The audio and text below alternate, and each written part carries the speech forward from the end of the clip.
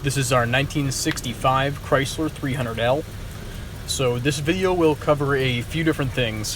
First off, there will be a slow-paced walk around, and then following that, I will do close-ups of all of the cosmetic blemishes, and lastly, there will be some on-road driving clips. So the car was delivered in November '64 to a dealer in New Jersey. It remained under the original ownership in New Jersey until the early 1980s. It was then sold to a gentleman in the suburbs of Chicago, who kept it until around 2000, when a mechanic friend of ours purchased the car from him. We bought the car from the mechanic friend of ours about 4 years ago. The car had just been stripped down to bare metal at a body restoration and was painted.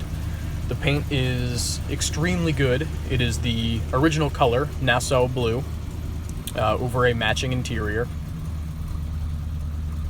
Over the last 4 years, we have had the car essentially just put back together with all of the little pieces, like the chrome has been stripped and dipped.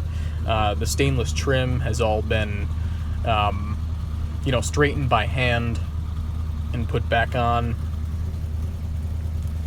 Glass and light lenses are all clear and crack-free. Wheels and tires are both very good. Red pinstripe is perfectly intact.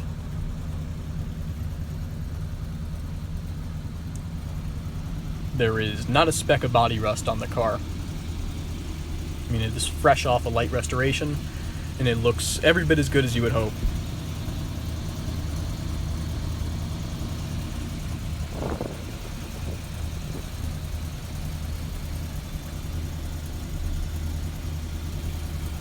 Body is nice and straight, with no dents or dings.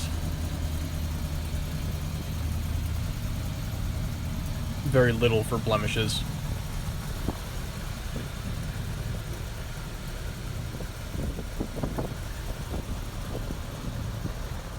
So here are the blemishes that are on the car.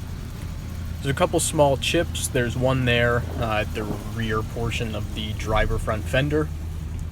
And then if you work around back, there are a couple small chips on the top of the driver rear quarter. You can see one on the trunk lid there as well.